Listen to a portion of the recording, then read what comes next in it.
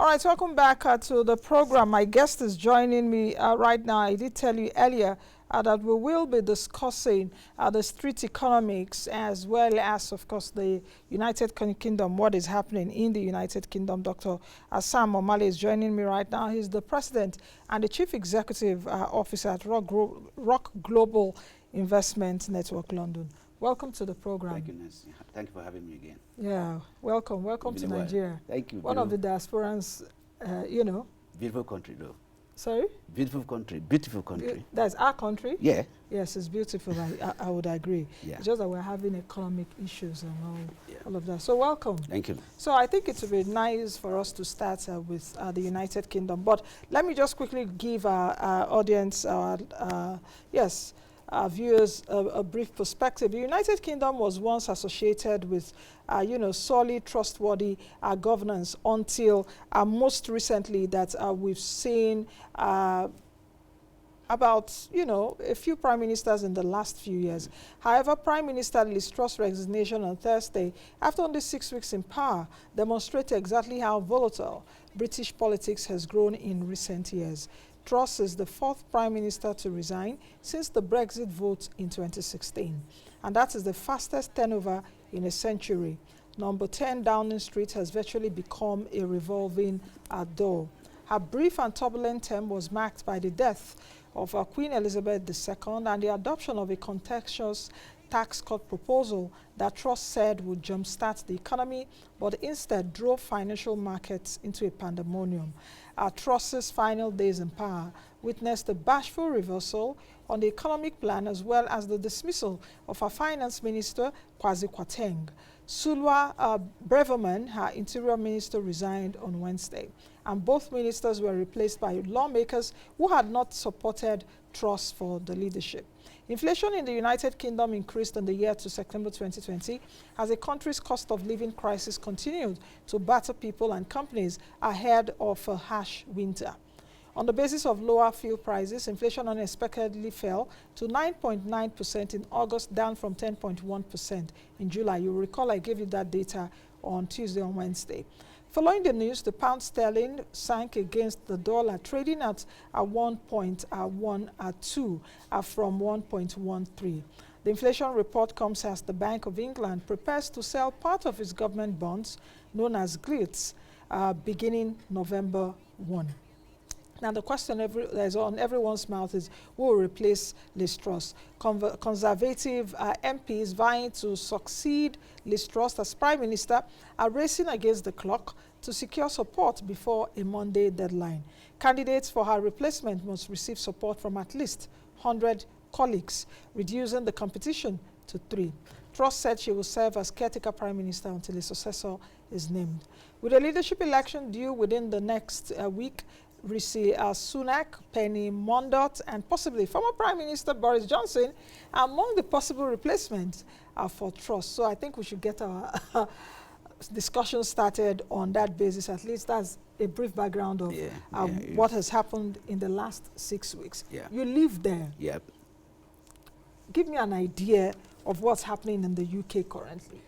Okay. In the UK, people are sensitive to government decisions. Things are done on policy basis. This immediate one, for example, when the campaign was going on, Liz came on campaign on tax cuts, campaign on deregulation, and campaign on helping the households on energy bills. Now, when he came in, the test of that was the mini budget that was passed a week ago. That mini budget was the core of her campaign.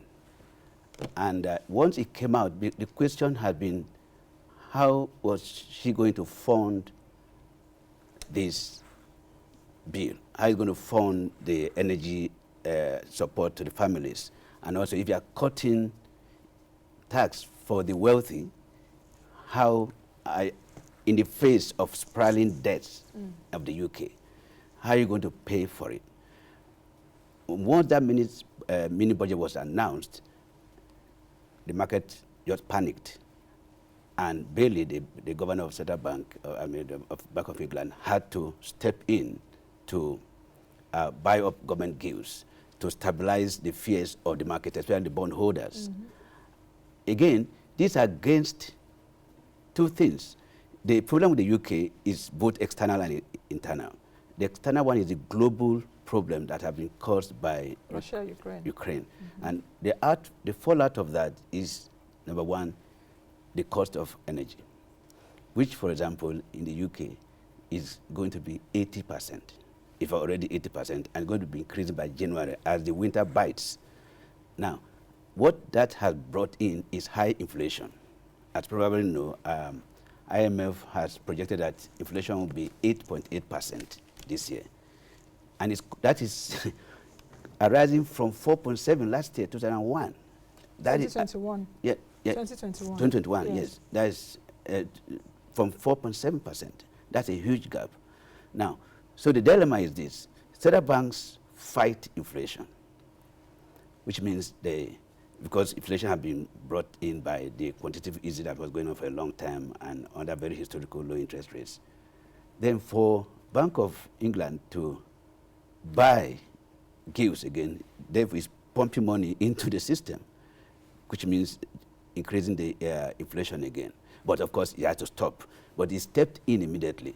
Now, so what has happened is this. If you campaign on a policy, if you campaign on an issue and you are unable to fulfill it, you go. That's it. The politics is done on policies. Now, I mentioned earlier during the intro that we've seen this political and economic chaos since Brexit. Yes. So, would we say that the genesis of all this that we've seen is Brexit? No. Brexit actually was a popular choice. I can tell you that. You see, again, I think... But it came in with a lot of stuff too, in terms of even the economic disentanglement and all of that. The only sore point of Brexit is the Northern Ireland border. That is the only thing, and that is being resolved. What has brought this immediate chaos is Boris Johnson's exit. He is a popular leader. He was doing very well. But again, is the psychology of the British But before people. Boris Johnson, there was a Theresa May. No, Theresa May, yes, there was a Theresa May. It was not economic. The UK has gotten how many ministers? About 4. Yeah, it wasn't to 5 now, about 6 to 7 years. It wasn't more of economics. It's more of political. Political and personality. Theresa May made a mistake. He came in when they were in the majority, and he was trying to prove that, hey, I want to prove my popularity, and took us into an unnecessary general election. And he lost. He won, but lost a lot of backing. They didn't have majority anymore. From that point on, he lost popularity with the Tory parties, that is the Conservative parties. That was the mistake she made. If he continued on what brought her in, there would have no problem. Then Boris came in, of course, on in fact, the largest majority ever. And the error, Boris was the architect of his own downfall. What is now termed as the Partygate. It's as simple, trivial as that can be in African countries. That is a lot of issue, the Partygate. Now, the Partygate, which he lied on, is still being investigated on, which he lied on, lost a lot of credibility. You cannot lie. Your word is your bond. If he had owned up, say, I made a mistake, he would have still been in power up to now. So it's inflicted by the individuals. Yes. So what we're seeing in the UK now is more self-inflicted wounds. Definitely. By the political leaders. Yes. And is affecting. Yes. But is the economy also affected? Okay, Lee's one is the one that's economic. And I'll tell you now. Did it start from Boris? Yes. Yes, it started from Boris, the economic quagmire. We're still doing well. If Boris was in power, you see, if she followed the policy of Boris was already, they already have confidence in the leadership. See, the problem is once the market it shows any kind of unsteadiness, they tank, they just fall off. So Lee's own is compounded by the fact that if you could explain, for example, how are you going to fund this gap? How are you going to tame this rising debt burden? He'll still be in power. And because he believes so much in her own policy, and he's not allowed to do it, he left. If you have a policy and it's not workable, you resign. So he couldn't fulfill or if he changed a little, because even within the conservative parties, there's the right wing and the left wing. Sunak, for example, was against her policy. He didn't want to cut taxes, but people didn't want to hear that, because her belief was that if I cut tax, economy will grow. That's her philosophy from childhood, from a long time. It's not a new thing, and she's sticking to it. It's stuck to it. But it's not. But it's coming at the wrong time. So I would say her policies looks progressive, but at the wrong time, in the face of energy cost that's from 80% this month is going to go further, and historical inflation that is spiraling, and the implication that that comes with. So now with the rise of interest rate and all that, the economic problem is an issue. So the person that is coming now will not hamper on tax cuts. Who do you think would replace Truss? As it is now, Sunak was popular, but he's hated, that they don't like him because of the backstabbing he did to Johnson. They don't forgive that kind of stuff. So I think Penny Murdoch maybe, because he was leading for a long time. How about a Boris Johnson that has been touted to come Yes, back? Boris Johnson, you know, if you listen to his last address, he said something in Italian, it means that I'm coming back. He said, I'm going to be shot into the atmosphere and I'm going to land again. So he gave this a clue that he's going to come back. And he's very popular, I can tell you that. And his father gave the clue also yesterday, because even he's away in the Caribbean, I don't know if he's back as of now. He's going to come back, he'll be back. You know, but is there also a likelihood that he may come back? Because the person you're talking about is Perry to succeed him. Yes. Yeah, Rishi, a lot of the MPs voted for him. But like I said, in the Conservative Party, there's a division. And the only thing against Rishi really is that stab. Because if he didn't resign as the exchequer, other people would have stayed. But his resignation led to other people, and it's popularly believed that he brought him down. And they don't like that kind of thing. So lastly on the UK, before we move to the street economics, do you think the UK will survive this economic crisis? Yeah. Yeah. Because the fundamentals are there. Now, stability has come in. The intervention of Bank of England was spot on. And even though when they announced that they are going to stop it, because the central bank has a dilemma. You cannot be fighting inflation and pumping money into the system. So from quantitative easing to tightening, and you cannot be tightening when you are pouring money, when you are buying bonds back, because when you are buying, you are pouring money into the system.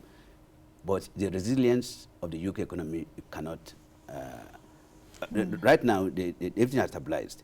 Once the new PM comes in, if I even from yesterday, from her resignation, the sterling rose and the market also rose. All market is looking for is certainty.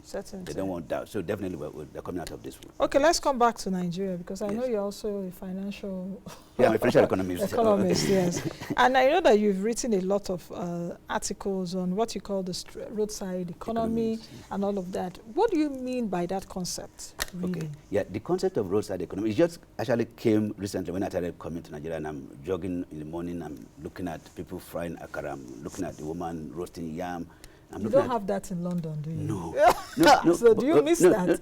No, I can have it in my garden. Okay. I can grill. Yes, you can do that yourself, but you won't see that kind of... No, it's coming up. I saw steak on the street. In fact, the heart of the city, they're very tasty. Well, that's suya. Yeah, suya, yeah, okay. Suya. Okay. And they do it. Now, my concept of roadside economist is there are two classes of people. There are these economists who stay in the air conditioning offices, who are bringing out policies. Interest rate is today here. They're bringing out policies from the central bank, monetary policies, and the Ministry of Finance, government's bringing out fiscal policies.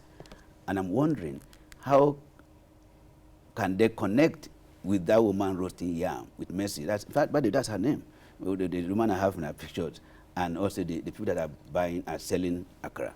Now, they seem to understand the economics more, because they are the immediate recipient of policies, and they're the immediate victims of policies that are coming out of government. So the concept of a roadside economist is bringing common sense into economics, that government or policymakers can learn from these people that are operating on the roadside.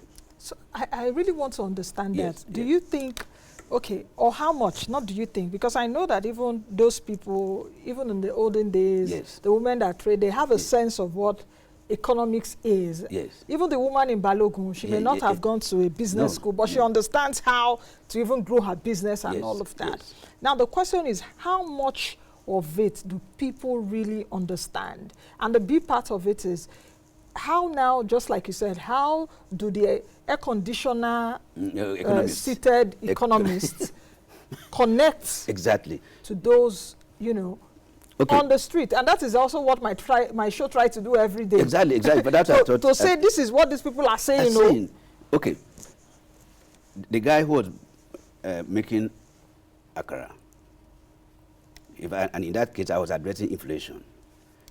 And I asked him, why is the size of your akara so small? He said, Oga, I bought beans 400, and now it's 800. That is inflation. So if you tell him that inflation is 20%, you are lying, because he's feeling it. And the kind of inflation figures I get here, they don't add up. If Turkey, for example, is 85% inflation rate, why would Nigeria be? Is it 20 or 20 they're saying? So because the people on the street know that I bought this thing, because how is inflation, how is it calculated? I mean, if it's food something, the price today and the price of yesterday, or the price this month and the price of today. So they know what they bought this bread for. They know what they pay for fuel. Fuel, for example, you cannot say the price of fuel is what you are seeing on the pumps. It's what you are seeing in the jerry can. That's the real price of petrol. So if the people in the air conditioning office are using the price in the pump, that's wrong.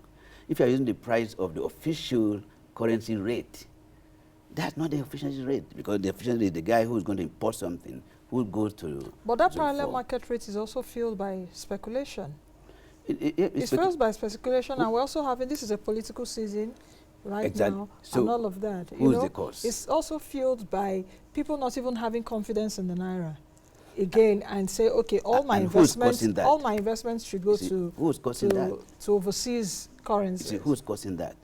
If the government has refused to provide that confidence, because the confidence comes from the government, monetary policy and government. They are the people that create the confidence. For example, the intervention of Bank of England, when people were, the pension funds were scared, they said, hey, we are here, we are buying the bonds or gilts to stabilize their fears.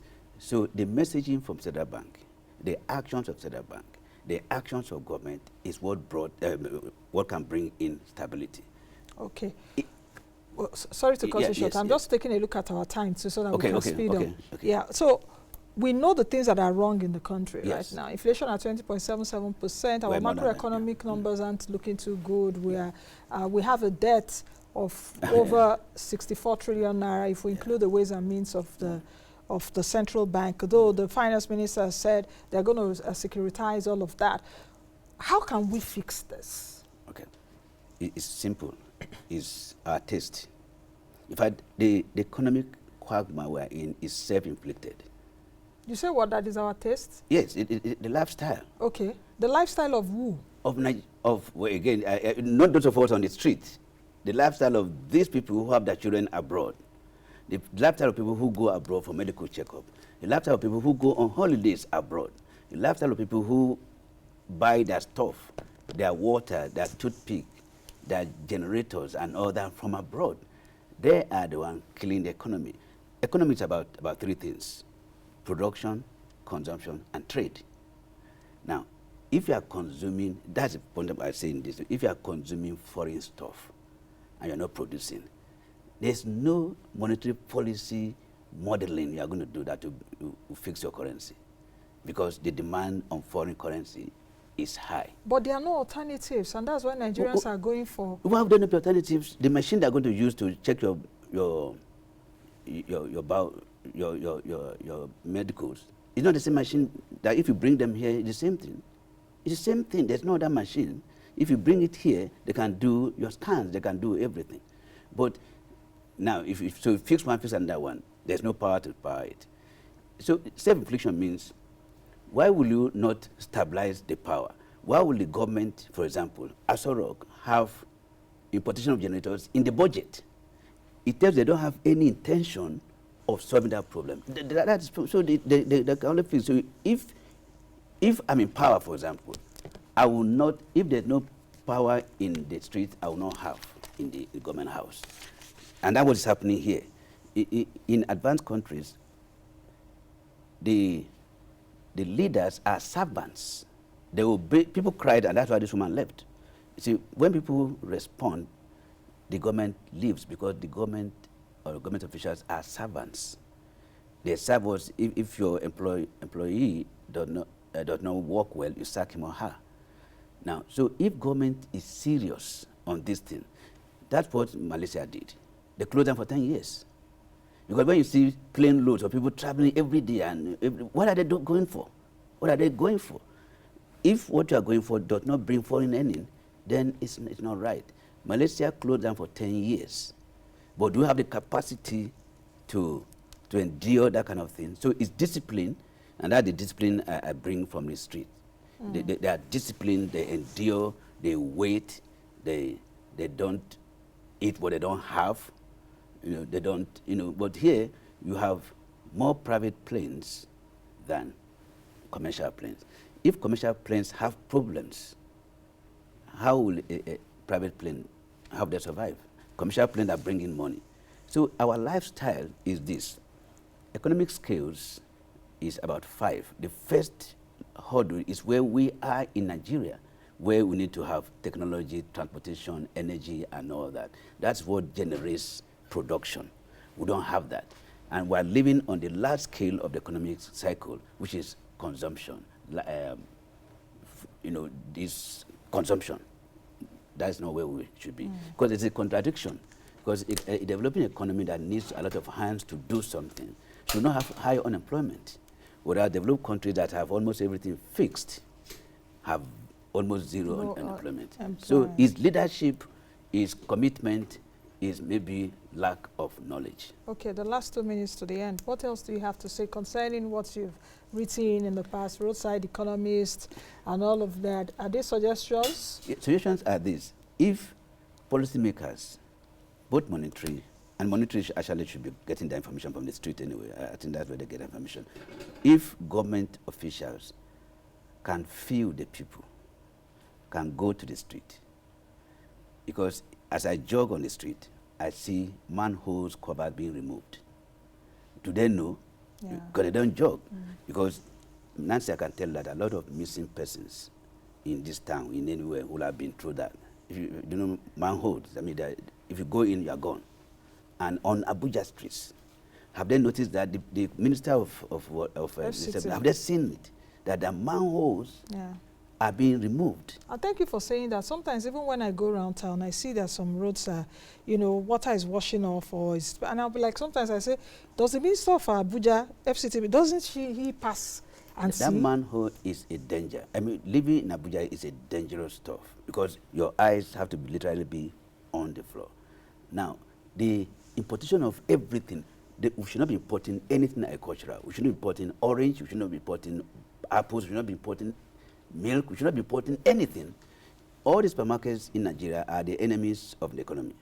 All the importers of generators are the enemies of the economy. One will say, just like I asked you earlier, what are the substitutes? Substitute for orange. You plant orange. No, I'm not talking of orange. Or change your lifestyle. Change your lifestyle. People don't go out to other people's homes. You stay in your house to figure it out. What we are doing here is to run to somebody's house. Run for holiday, you go on holiday. You go on holiday. You do political meetings, you are going to Turkey to hold meetings. What does that mean? Do you know how much that costs? Okay. I think we'll leave it at that. Thank you very much for coming. My pleasure. Thank you for coming on the program. I've been speaking to Dr. Sam Omale, who is a financial economist, and we've talked about 2 issues: the UK's political socio-economic drama, as well as the roadside economics, or the street economics. Thank you, Doctor, again for coming. That's the much we can take today, and it's really a wrap from us this week. Please join us again next week, Monday. We'll be here live as usual. Be the best you can be the change that you want to see. I am Nancy Naji. The news is up next, and have a great day and a great weekend. Bye now.